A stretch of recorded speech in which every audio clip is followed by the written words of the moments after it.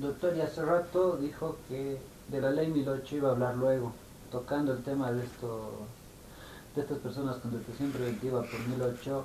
¿Qué nos puede decir acerca de esa ley? Mira, eh, puedo tocar un ejemplo con un caso personal de una juez que ya se retiró, que aplicó la ley a rajatabla, ¿no? Porque el artículo 33 de la ley 1008 implica de que, bueno, y te desglosa que todas las conductas con relación a tráfico implican transporte, posesión, comercialización, entre otras. Entonces, es un delito que el Ministerio Público se ha acostumbrado a imputar y no investigar. Es decir, ahora entra, digamos, funcionarios de la FELCSENE y por mala suerte alguno de ustedes consume sustancias controladas. Entonces todos caemos en la misma bolsa. Todos somos investigados por tráfico y el Ministerio Público presenta su acción directa, todos imputados, todos detenidos. Y bueno, cada uno ya saldrá después con aplicación de medidas cautelares y en juicio es donde los fiscales llegan a dar, voy a decir sí, vergüenza, porque no investigan y no dicen qué hizo él, qué hizo el otro, de cómo tienen esa relación, qué se les encontró. O sea, no llegan a realizar una individualización en el grado de participación criminal. No saben quién es autor de comercialización o autor de tráfico o autor de transporte. Así que esa es una gran deficiencia de esta ley, pero el Ministerio Público está acostumbrado y los jueces también, porque como es una ley tan draconiana, ven las sustancias controladas, listo, todos son autores, condenados. Entonces ya los diversos autos supremos, sentencias constitucionales vigentes hasta el día de hoy, han explicado que hay muchas vulneraciones, sobre todo al principio de legalidad, cuando no se hace esta diferenciación. Y eso es lo que pasa en la mayoría de los casos. Tú buscas en la jurisprudencia, la mayoría están afectando o vulnerando al principio de legalidad, porque no explican esto. Entonces, ¿qué genera? Que se revoque, que se anule. Y en la mayoría de los casos que los han condenado en una primera instancia a mis clientes, la sala ha llegado más bien con muy buen criterio utilizando estas sentencias a anular el juicio y vamos a un nuevo juicio, en algunos prescribía y en otros absueltos. Entonces es una pena que el Ministerio Público solamente se enfoque en la acción directa y en el resultado. Doctor, he tenido la suerte de verlo en juicio y de desvirtuar el testimonio el testigo del Ministerio Público. La verdad, ha desvirtuado, la ha puesto nerviosa al asignar al caso. ¿Qué criterios, cómo prepara esas sus declaraciones? Preparar un juicio oral. Bueno, eso está en cada uno. Eso está en cada uno y en la forma en que se ha ido formando. No te puedo decir cómo darte una receta o un protocolo, ¿no? Para Pero hay saber. algunas pautas que usted se, Lo con que las cuales sí, se debe guiar. claro, lo que yo te puedo recomendar es que uno tiene que siempre estar atento a momento del juicio en relación a lo que hay en los antecedentes. Por ejemplo, todos los actuados procesales están en físico. Entonces, lo que van a hacer los funcionarios, y te vas a dar cuenta, y muchos de ustedes cuando vayan a ejercer, es de que cuando incluso van los funcionarios, los testigos, quienes ya han declarado, son tan incautos, por así decirlo, que ni siquiera se dan el trabajo de leer o revisar para volver a ir a decir eso en juicio. Entonces, cuando uno va y habla cosas que no están en en su informe, entonces uno puede pedir que aclare, porque en todo caso se le puede remitir por encontrar contradicciones. Así que tú tienes que ir preparado. Si tú no conoces tu caso de inicio a fin, entonces estás yendo mal de entrada. Claro. Y si tú conoces muy bien y encima de eso ves las deficiencias en su declaración, hay libros con técnicas de litigación oral que te pueden ayudar a cómo interrogar, cómo contrainterrogar, que bueno, son bastante útiles.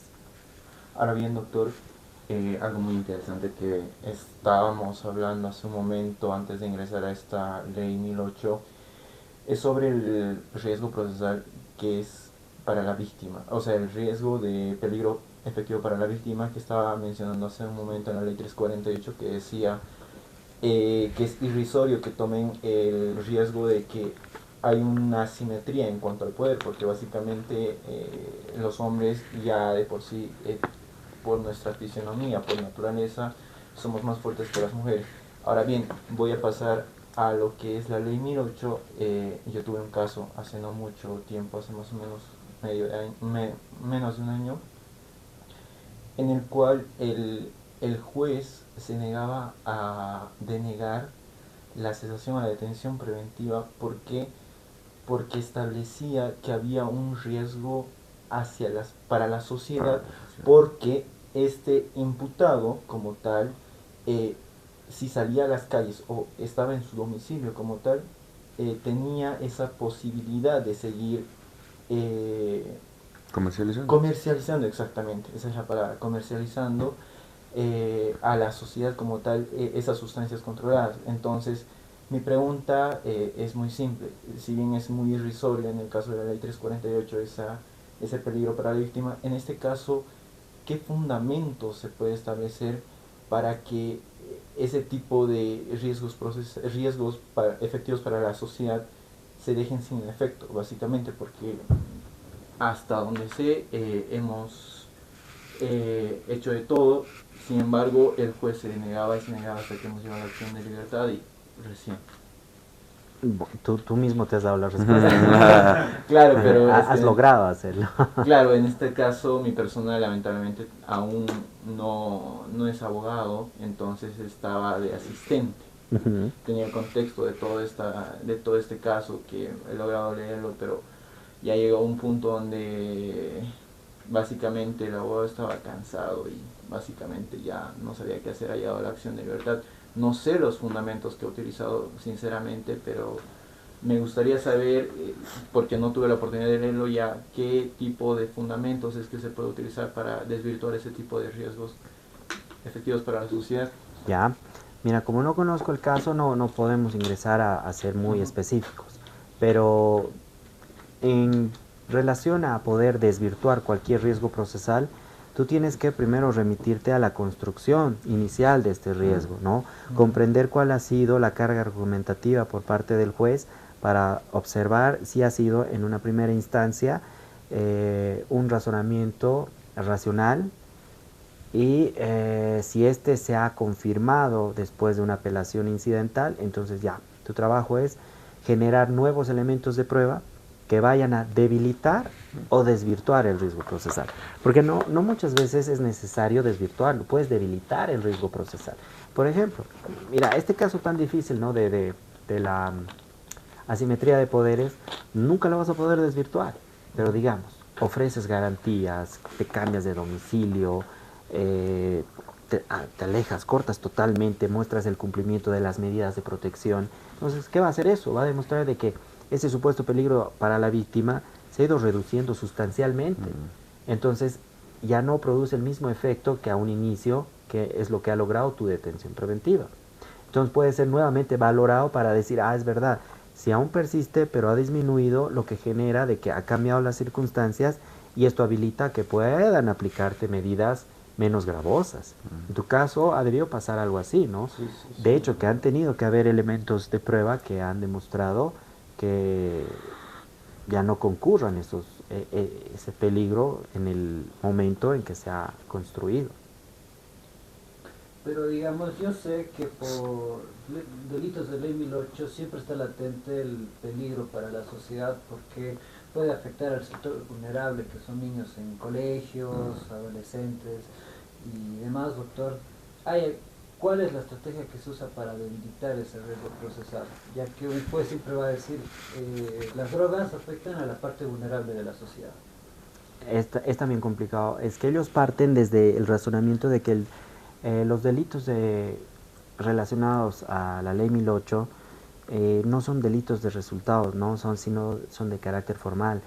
Esto significa de que no tienes que incluso configurarlos. El solo hecho de poseer ya implica el riesgo. Entonces eso significa de que tú obviamente vas a comercializar o poseer de mala fe estas sustancias controladas, lo que genera un alto riesgo para la sociedad, un peligro efectivo para la sociedad, no para la víctima, ¿no? Porque la víctima se constituye en una víctima difusa, es decir, un grupo que es la sociedad. Así que ahí estás complicado.